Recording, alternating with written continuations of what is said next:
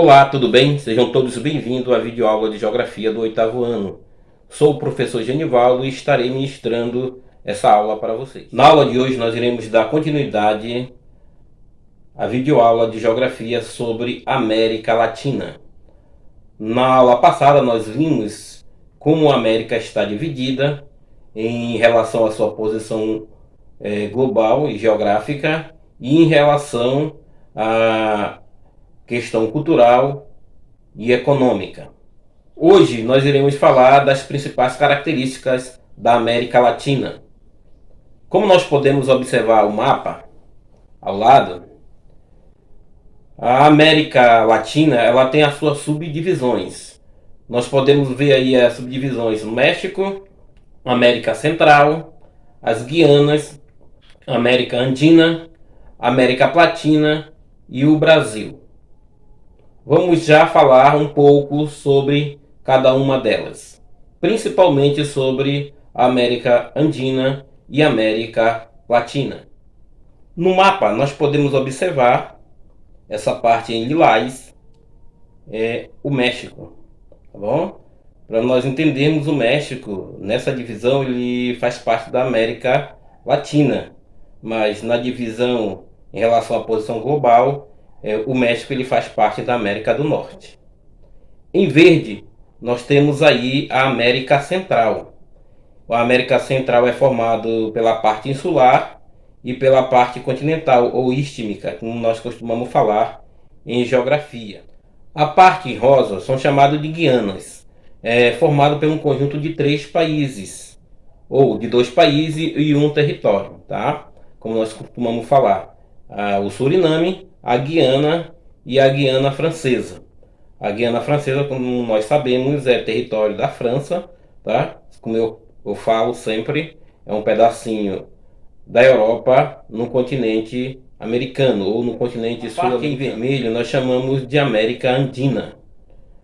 É um conjunto de países por onde passa que nós chamamos a Cordilheira dos Andes, tá? É uma cadeia de montanha que começa lá na Venezuela e vai até no final da América, pela área do Pacífico, pela região do Pacífico, entre Argentina e Chile. A parte laranja nós chamamos de América Latina. A América Latina é formada por 3 países: Argentina, Uruguai e Paraguai.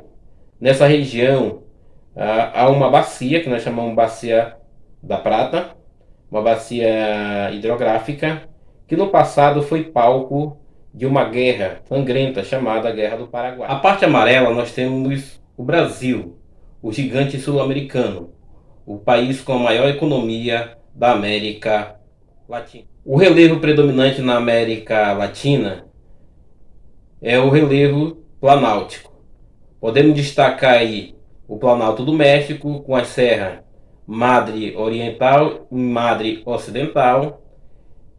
Podemos destacar também o Planalto das Guianas e o Planalto Central brasileiro. As planícies que se destacam é a planície amazônica, a planície platina e a planície litorânea. A parte mais alta da América Latina fica na parte oeste, na chamada Cordilheira dos Andes, que em média tem uma altura entre 3.000 e 4.000 metros acima do nível do mar. Os climas que predominam na América Latina são os climas intertropical. São aqueles climas que ficam entre a faixa entre o Trópico de Câncer e o Trópico de Capricórnio.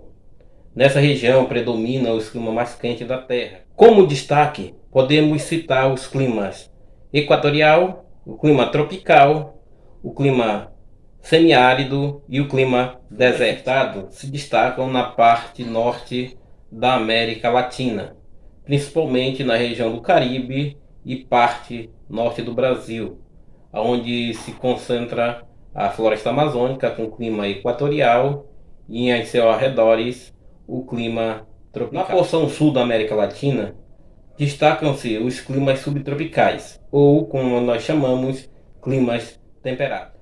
Podemos destacar aí o clima temperado, o clima frio e o clima frio de altitude. Esse clima frio de altitude ele está localizado na região nós chamamos das Cordilheiras dos Andes, onde em toda a sua extensão, devido à sua grande altura, a parte dos cumes desses montes eles são congelados. Nesse outro mapa nós podemos observar a vegetação da América Latina. Podemos destacar aí, dar destaque para a floresta tropical e equatorial, que predomina a região amazônica do Brasil, o litoral brasileiro e a região do Caribe. Outro tipo de vegetação que também merece destaque na América Latina são as chamadas savanas, que no Brasil nós conhecemos como cerrado. Esse tipo de vegetação se destaca lá no México, na parte do México, somente no seu litoral, no extremo norte da América do Sul e no Planalto Central brasileiro. Outro tipo de vegetação que podemos observar é a vegetação de altitude. Esse tipo de vegetação ocorre em todo o percurso da Cordilheira dos Andes. Além das vegetações já citadas, a América Latina possui outros tipos de vegetação, como a caatinga, no semiárido brasileiro, e regiões de deserto. Podemos destacar aí como deserto o Atacama, no Chile, e o deserto da Patagônia, na Argentina. Um dos grandes fenômenos meteorológicos e climáticos da América do Sul ocorre no chamado Rio Voador. Esse fenômeno ocorre devido ao movimento dos ventos alísios do Nordeste. Esses ventos eles trazem a umidade lá do Oceano Atlântico em direção à região da Floresta Amazônica. Na região da Floresta Amazônica, essa massa de ar úmida ela é condensada e se precipita ali naquela região. Após isso, ali na Amazônia acontecem outros fenômenos meteorológicos, como a evapotranspiração das árvores, a evaporação das águas dos rios, também do solo. Esse material todo é evaporado e forma uma grande massa de ar em cima da floresta, que esse material todo, essa massa de ar, acaba sendo conduzido através dos ventos alísios, juntamente com o restante da evaporação do Oceano Atlântico, que não conseguiu ser precipitada naquela região, e vão em direção à chamada Cordilheira dos Andes.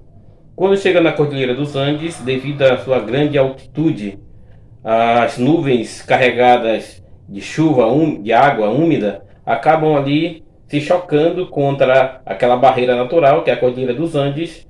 Não podendo ultrapassar, elas acabam subindo e dessa forma entrando em contato com a massa de ar fria que está aqui em cima, dessa forma se condensando e se precipitando em forma de chuva. Essas águas que se precipitam na região da Cordilheira dos Andes, elas são importantes porque elas abastecem a nascente de vários rios da região, inclusive o nosso rio Amazonas, que nasce na Cordilheira dos Andes peruana e percorre todo um percurso até entrar no Brasil, percorre toda a planície amazônica até desaguar no Oceano Atlântico. Esse mapa ao lado, ele caracteriza as regiões do continente americano que já foram modificadas pelo homem, totalmente, parcialmente ou moderadamente. Nós podemos ver nessa parte rosa, quase lilás aí, são as regiões onde houve menos interferência do ser humano na questão ambiental. Nessa parte verde é onde aconteceram as alterações medianas, e nessa parte amarela é onde o homem já modificou completamente a natureza, transformando aí a paisagem em uma paisagem artificial. Nós podemos observar nesse mapa populacional de 2015 que a população do continente americano ou da América Latina encontra-se de forma irregular distribuída no espaço. Nós podemos observar que aonde há a maior quantidade de habitantes ou as regiões que são mais povoadas, ela está em escuro. A gente consegue observar aí que a maior parte da população da América Latina eles estão localizados ou habitam em partes de regiões litorâneas. Você pode observar tanto no Pacífico quanto no Atlântico essas manchas mais concentradas na região litorânea. Enquanto que no interior dos países você consegue observar um maior vazio demográfico, ou seja, é menos povoado a região do interior dos países da América Latina. A maioria dos países da América Latina são países considerados subdesenvolvidos, que tem como base econômica agrícola e mineral. Mas nós temos ali 3 países que mais se destacam na economia, que são chamados de países emergentes. É o caso do Brasil, México e Argentina, são os países mais desenvolvidos na região sul-americana. Inclusive dando destaque aí para o Brasil, um país mais desenvolvido de toda a América Latina.